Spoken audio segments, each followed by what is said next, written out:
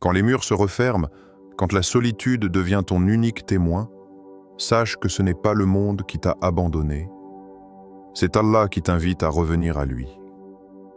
Les cœurs les plus solides ne naissent pas dans la facilité. Ils sont forgés dans le feu de l'épreuve, là où l'âme apprend à se soumettre et non à fuir. La force véritable ne naît pas des muscles ni des armes, mais d'un secret silencieux que seuls les cœurs croyants connaissent. La confiance totale en Allah. Cette confiance n'est pas un mot récité à la hâte, ni une formule apprise. C'est une flamme intérieure, une certitude qui ne chancelle pas même lorsque le monde s'effondre. Allah dit « Quiconque place sa confiance en Allah, il lui suffira. » Sourate At-Talaq 3. Ces mots, simples en apparence, renferment la promesse la plus puissante jamais faite à l'homme. Il lui suffira. Non pas peut-être, non pas s'il le mérite, mais il lui suffira. C'est la parole de celui qui ne ment jamais, le garant du destin, le maître des causes invisibles et des chemins cachés. Quand le croyant dépose ses peurs entre les mains d'Allah, il entre dans un monde où rien ne peut vraiment l'atteindre. Le mal peut le frôler, la douleur peut le visiter, mais la défaite, elle, ne trouve plus de place. Car la défaite n'existe que pour celui qui croit être seul. Regarde les prophètes. Chacun d'eux a connu la solitude, le rejet, la menace, la douleur. Mais aucun n'a fléchi, parce qu'ils ont tous compris ce secret. Ce n'est pas la force du nombre qui sauve, c'est la proximité d'Allah. Quand Moïse alayhi salam s'est retrouvé face à la mer, derrière lui une armée, il n'a pas tremblé comme les siens. Il a dit « Non, mon Seigneur est avec moi, il me guidera. » Sourate Ash-Shu'ara 62. Et la mer s'est ouverte, pas parce qu'il était puissant, mais parce qu'il croyait avec une certitude plus solide que la pierre. Il existe deux sortes de confiance, celle des lèvres et celle du cœur. La première se brise à la première épreuve, la seconde se fortifie à chaque douleur. Celui qui place sa confiance en Allah ne calcule pas les issues, il s'abandonne à la sagesse du Tout-Puissant. Il sait que la fermeture d'une porte n'est qu'un détour vers un bien caché. Ibn Taymiyyah disait « Celui qui s'attache à Allah ne perd jamais, même lorsqu'il croit avoir tout perdu. Le monde aime ceux qui gagnent. Allah aime ceux qui persistent. Le monde valorise la réussite visible. Allah valorise la patience invisible. Celui qui met sa confiance en Allah marche dans un champ de tempête, mais son cœur reste calme. Car il sait que chaque vent est guidé par une main, et que cette main est celle d'Allah. En vérité, c'est dans le rappel d'Allah que les cœurs trouvent la quiétude. Sourate Ar-Ra'd 28. Ce verset n'est pas une poésie mystique, c'est une carte pour traverser les ténèbres. Quand le cœur se vide de tout, sauf d'Allah, il cesse de se débattre. Le dhikr, le rappel constant d'Allah, devient alors une armure. Non pas une armure de fer, mais une armure de lumière. Une lumière qui apaise, éclaire et repousse les ombres du doute. Il y a des nuits où l'âme chancelle, où la prière semble lourde, où la confiance s'effrite. Mais c'est dans ces instants précis que la force du verset prend tout son sens. Quiconque place sa confiance en Allah, il lui suffira. Il ne s'agit pas d'un appel à l'attente passive, mais à une paix active, celle du serviteur qui agit, prie, lutte, tout en sachant que le résultat appartient à Allah seul. As-tu déjà senti ce moment où, après avoir tout essayé, tu t'es simplement dit « Ya Allah, je te laisse cette affaire » et soudain, le cœur s'est apaisé. Ce n'était pas la solution qui arrivait, c'était la certitude qui revenait. C'est cela, la vraie force. Non pas d'avoir tout sous contrôle, mais d'avoir la foi que celui qui contrôle tout ne t'oublie pas. Al-Ghazali disait « Celui qui connaît Allah cesse de s'inquiéter du monde, car il sait que tout ce qui vient d'Allah est déjà un don. La confiance, tawakkul, est donc un acte d'intelligence spirituelle. C'est une discipline du cœur. Elle s'apprend, se forge, se purifie. Celui qui la goûte comprend que rien n'est perdu, même ce qu'il n'a jamais eu. Quand tu marches avec la lumière d'Allah, aucune obscurité ne peut t'éteindre. Pas parce que tu es plus fort que les ténèbres, mais parce que la lumière qui t'habite vient de celui qui ne s'éteint jamais.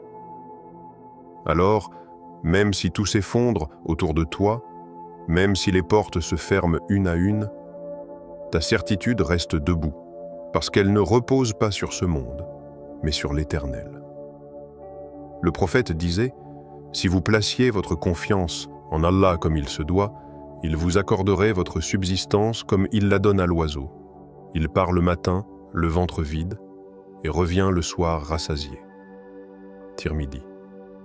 Cette parole est une école entière. Elle enseigne que le vrai croyant ne reste pas immobile. Il s'envole chaque matin avec espoir, mais son cœur, lui, reste attaché au ciel. La certitude n'est pas un héritage. C'est une conquête intérieure.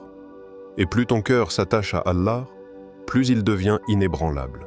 Car au bout du compte, la force ne réside pas dans la main, mais dans la foi. Et la certitude n'est pas un état de l'esprit, mais une demeure du cœur.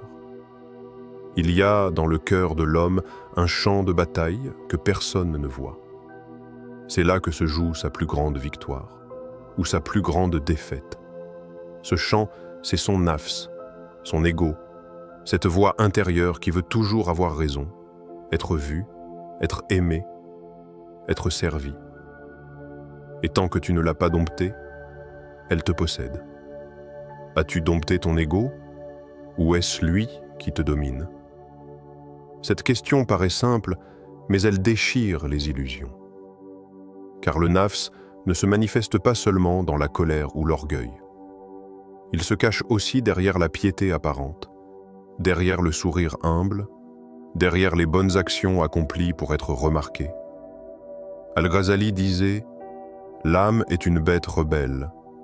Si tu ne la domptes pas par la science et la discipline, elle te mènera à la perdition tout en te faisant croire que tu avances vers Allah. »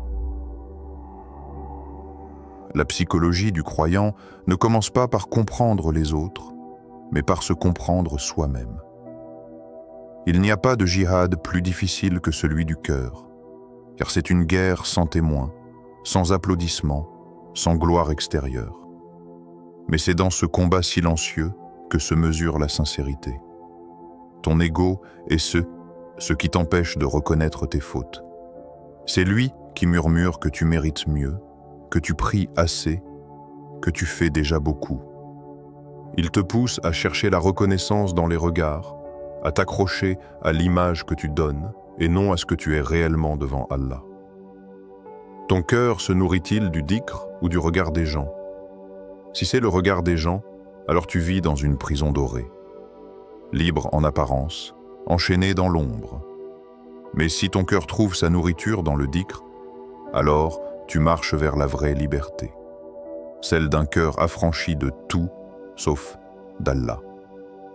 La peur que tu ressens, elle aussi, parle de ton ego.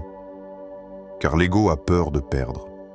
Perdre le contrôle, perdre les louanges, perdre l'avenir qu'il imagine. Mais le croyant qui a goûté à la confiance sait que la perte n'existe pas quand Allah est présent.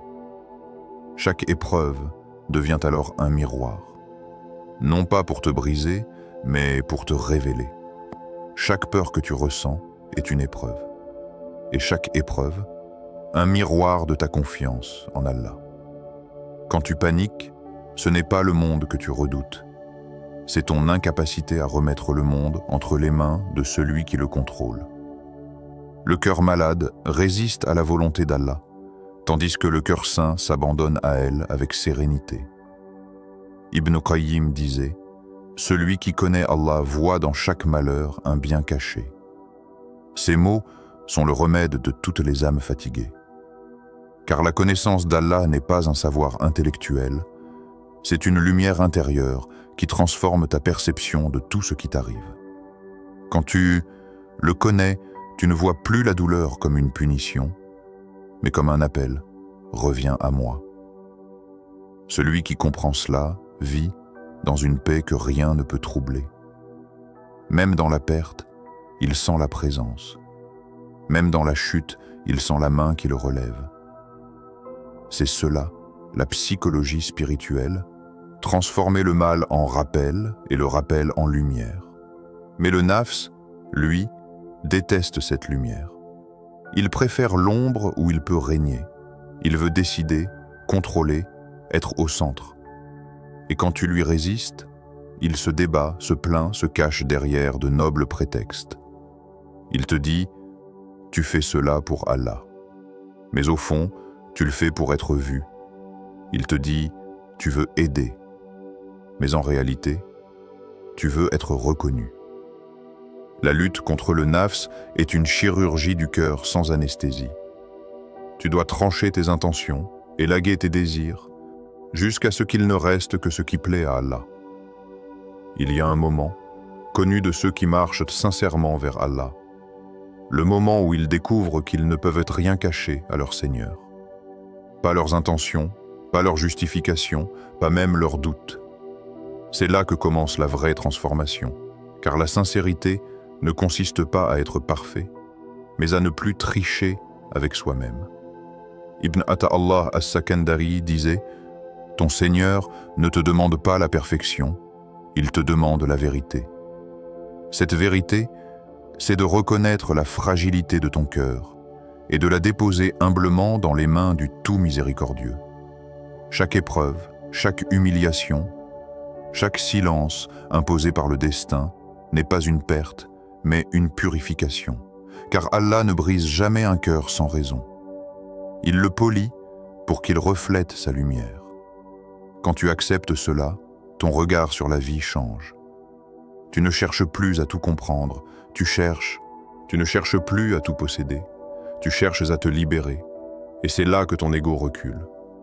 Le prophète a dit « Le fort n'est pas celui qui terrasse les gens, mais celui qui se maîtrise lorsqu'il est en colère. » Sahih Bukhari, Muslim. La colère est le cri du nafs blessé. Mais la maîtrise, c'est le signe de l'âme apaisée.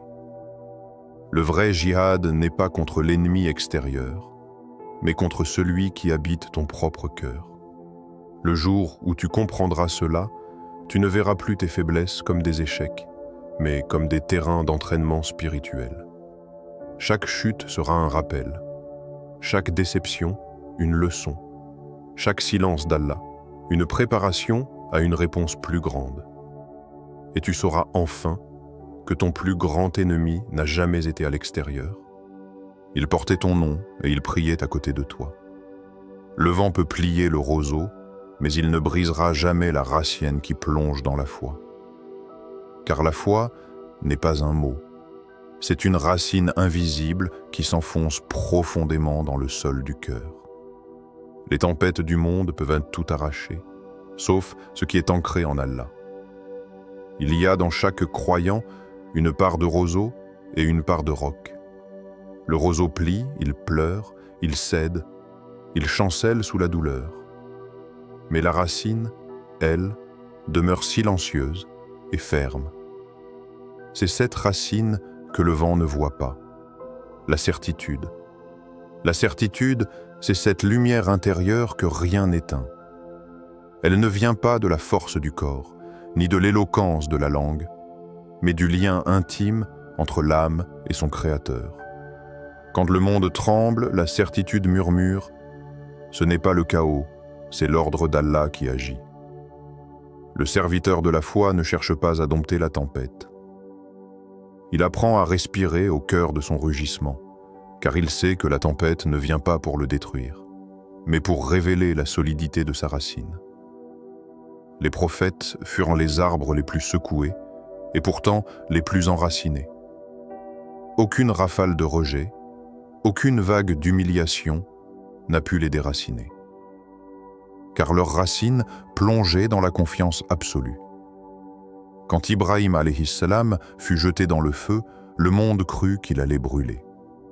Mais Allah dit au feu, « Ô feu, sois pour Ibrahim une fraîcheur et une sécurité. » Sourate Al-Anbiya, 69. Le feu obéit, car le feu aussi connaît son Seigneur. Ainsi, quand tu t'abandonnes à Allah, les choses qui devaient te détruire deviennent les moyens par lesquels il te protège. Sois donc ce serviteur dont la certitude résiste à la tempête. Non pas celui qui se vante de sa foi, mais celui dont la foi reste debout quand plus rien ne tient. Le croyant véritable n'a pas besoin d'être vu pour être fort. Son combat se déroule en silence.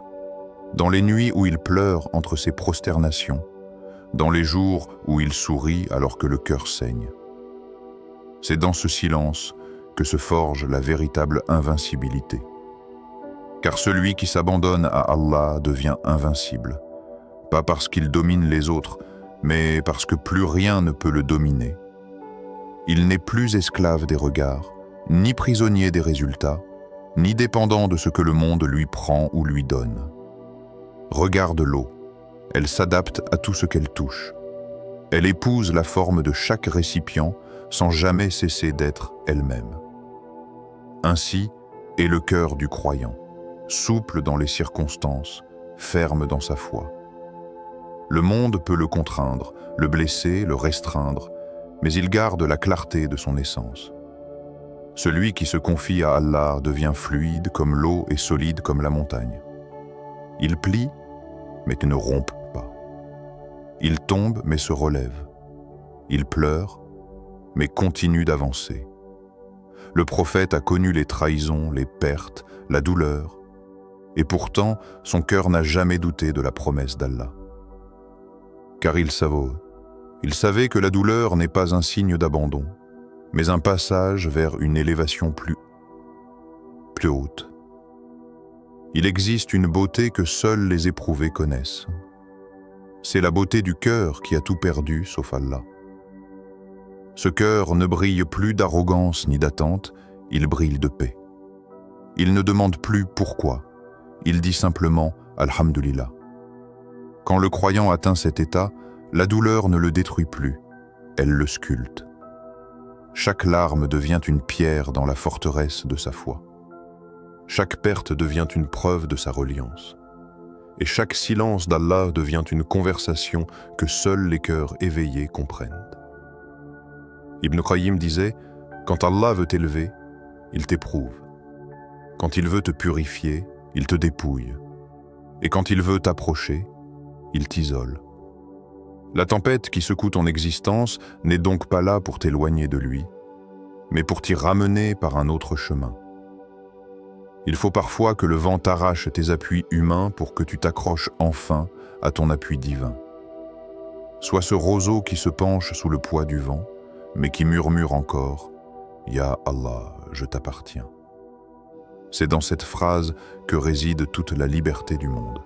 La foi n'abolit pas la douleur, elle lui donne un sens. Elle transforme la souffrance en sagesse, la peur en confiance, la chute en ascension. Quand tu comprends cela, tu cesses de demander à Allah une vie facile. Tu lui demandes un cœur fort. Car celui qui possède un cœur fort peut marcher dans les flammes sans brûler. Chaque battement de ton cœur est une preuve de sa miséricorde. Chaque souffle est une nouvelle chance de revenir à lui. Et chaque épreuve, aussi lourde soit-elle, est un signe qu'Allah croit encore en ta capacité de grandir. Tu n'as pas été créé pour t'effondrer, mais pour apprendre à plier sans rompre, à tomber sans renier, à pleurer sans désespérer. Et dans ce pli du roseau, dans cette inclinaison de l'âme vers son Seigneur, il y a plus de force que dans toutes les murailles du monde. Le prophète a dit « Le fort n'est pas celui qui terrasse les gens, mais celui qui se maîtrise lorsqu'il est en colère. » Sahih Bukhari, Muslim. Ces mots résument toute une école du caractère, une philosophie de la force telle que seule la révélation pouvait la définir. Le monde pense que la force se prouve par le pouvoir, la voix, le regard, la domination. Mais l'islam enseigne que la vraie victoire est invisible, c'est celle que tu remportes contre toi-même. Dans les batailles du prophète, les épées brillaient, les tambours résonnaient, mais les plus grands combats se jouaient dans le silence des âmes. Quand la colère montait, quand la vengeance semblait légitime, le messager d'Allah retenait sa main et souriait, parce qu'il savait que maîtriser une impulsion vaut plus qu'un millier de victoires visibles. La colère est un feu, et le cœur est son combustible. Si tu la laisses s'enflammer, elle dévore ta raison, ta dignité et ta foi. Mais si tu l'éteins par le rappel d'Allah, elle devient lumière. La colère maîtrisée peut devenir une source de justice, tandis que la colère libre devient un poison. Dans une époque où chacun veut avoir le dernier mot, le silence du croyant devient un acte de foi. Le prophète a dit « Celui qui croit en Allah et au jour dernier, qu'il dise du bien ou qu'il se taise. » Ce hadith n'est pas une simple étiquette morale. C'est une discipline du cœur, car la langue est le miroir de ce que contient l'âme. Quand tu parles, ton cœur parle avec toi. Quand tu te tais, ton cœur se purifie. Le silence n'est pas une faiblesse. C'est un champ où germe la sagesse. Il n'est pas synonyme d'indifférence, mais de retenue, d'écoute et de respect du poids des mots. Le croyant sait que chaque mot est une semence semée dans le livre de ses actions, et que le jour où tout sera lu, il devra répondre de ce qu'il a laissé pousser. Que restera-t-il de tes paroles au jour du jugement?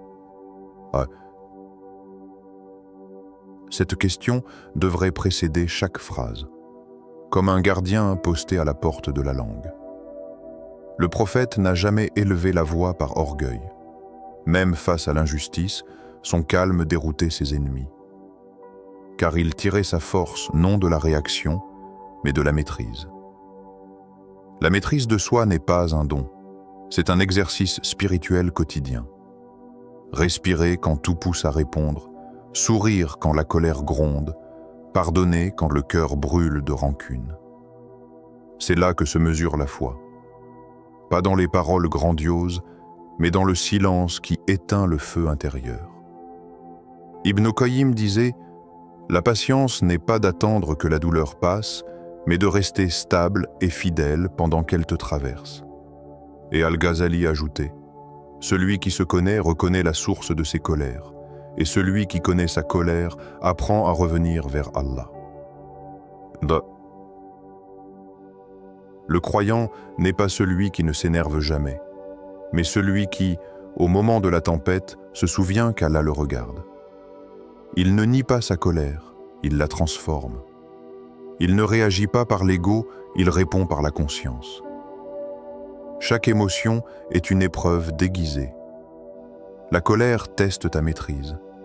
La tristesse teste ta patience. La joie teste ta gratitude. Et le silence teste ta sagesse. Allah t'observe non pas quand tu pries devant les autres, mais quand ton sang bouillonne et que tu choisis encore le calme. Ce choix-là pèse plus lourd que 1000 prières sans présence du cœur. Celui qui se retient alors qu'il pourrait agir violemment, Allah emplira son cœur de lumière au jour du jugement. Hadith rapporté par At-Tabarani.